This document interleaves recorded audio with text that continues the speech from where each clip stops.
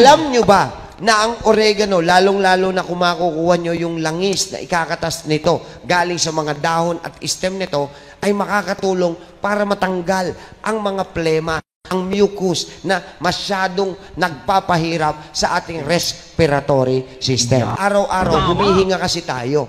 At dahil humihinga tayo, kung saan-saan tayo nagpupunta, kung ano man yung puntahan natin, meron tayong nalalanghap.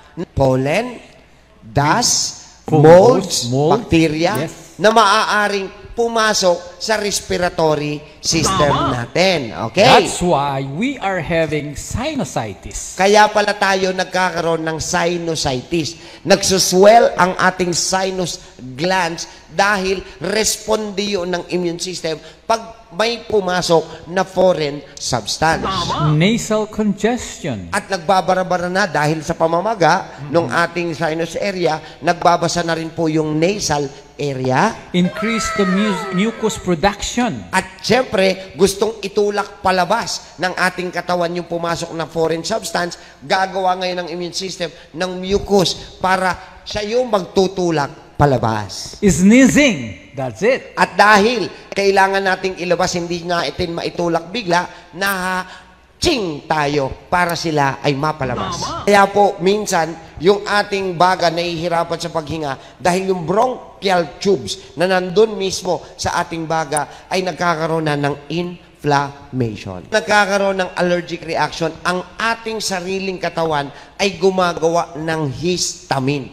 Yung histamine, pag hindi ho yan na-control ng ating sariling katawan, yan po ay magdudulot ng hika. Yes. Okay? Causing of congestion. At ng allergic reaction. Yeah. Na nagkukos ng congestion in our bronchial tube, making breathing more difficult. Kaya pala humihirap ang ating paghinga. Kaya napapansin po nating lahat, kapag po ang bata o ang sino man na may sakit na tinatamaan ng allergy, specifically asthma o hika, pinaiinom siya ng antihistamine. Anong ibig sabihin ng anti? Panlaban, pampahinto. Bakit? Kasi ang sariling katawan ay gumawa ng histamine para sana mag-protect, pero sa sobrang lakas, kinakapos ng oxygen yung bronchial tube, kaya nahihirapan sa paghinga. Yung ba yung pamamaga? Yes. So, ang mangyayari ngayon, paiinumin ka ng antihistamine, pipigilan ngayon nung gamot yung katawan mo to produce such number of histamine para lumuwag yung paghinga. Ayan. Pero, ang kinontrol niya, yung pag-produce ng histamine. Linawin natin. Ang pag-produce ng histamine para lang gumanda paghinga. Pero yung dahilan, bakit gumawa ng histamine yung katawan natin, nandun pa rin. Yun.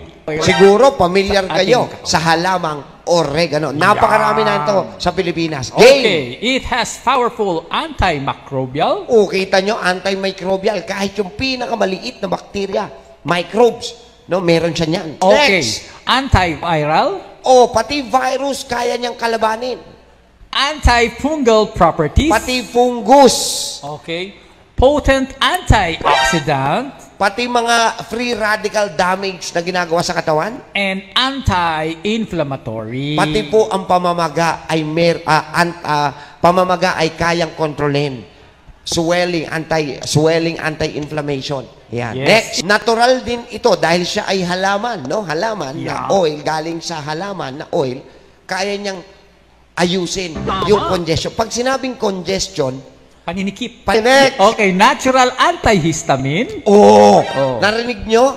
Yung oregano oil ay isang natural na magkocontrol ng histamine na re-reproduce ng sarili ng ating katawan. Ano daw? Paano ba gagamitin ang oregano oil? Okay.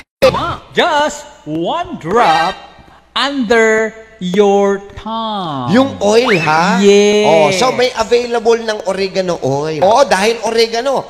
May marami nang gumagamit yan, yung pinakukulong oregano, para sa mga may higang bata, sa mga may sipon. Sa Pilipinas yun eh. Yes. Pero yung oil na yan, it is used around the world already.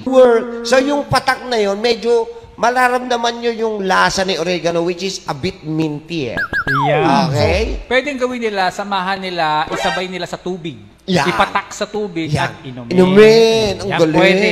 Or pwede rin Pero nila, pinakamabilis pa rin yung sa ilalim ng dila. Sa Sublingual. Alright? At pwede rin itong ihalo sa anumang juice na meron silang Yeah. gustong inumin.